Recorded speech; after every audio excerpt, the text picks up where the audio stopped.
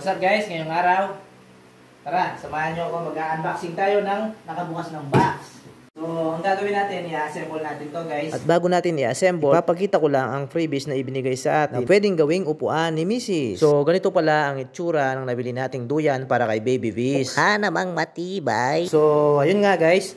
Ngayon naman, susubukan nating i-assemble yung pinaka-swing rack ng duyan natin. Kinailangan na nga namin na makabili ng duyan dahil nahihirapan na si Mrs. sa pagkarga sa bata. Habang lumalaki, nagkakatimbang si Viz. Sumasakit-sakit na daw yung katawan ni Mrs. At syempre dahil cesarean si Mrs. Ba't maaari kailangan nating iwas buhat ng mabibigat o mapagod sa gawaing bahay. Yeah, good boy. Naman. Mahirap din kasi yung laging nakakarga yung baby kay mami, kaya naisipan namin bumili na ng duyan. Maikwento ko lang, dalawang magkasunod na araw namumuyat si baby. Hindi naman siya umiiyak pero lagi niyang trip ang magpaglaro. Yung tipong alas 12 na ng gabi hanggang umaga hindi pa siya natutulog. Nung magpuyat siya mang putay duyan minyamu. Mukha na kaming mga zombie sa puyat. Panay na ako kasing gigisingan papalda ka na. Iwasan kayo mo kanuan. So pinunasan ko muna yung mga bakal-bakal dyan guys para malinis kapag isasalpak na natin siya. Abay, dapat lang. Unti-unti ko na nga dyan siyang nabubuo guys. Kita nyo naman si Biz mukhang excited. Ang likot-likot, ang galaw-galaw. Tinulungan na nga ako ni mami para daw madali ang trabaho guys. Oo nga naman. Kailangan ko rin kasi ng tagahawak para maikabit ko ng maayos yung mga bakal na ito guys. Nagkabali-baligtad nga yung pinaglalagay ko dyan guys. Pero okay lang kasi madali lang naman siyang kalasin. Tsaka tune man ni Mrs. ko balo na nga. Dahil Mrs. yung makintala. Balo na nga nene guys. Baliktad guys.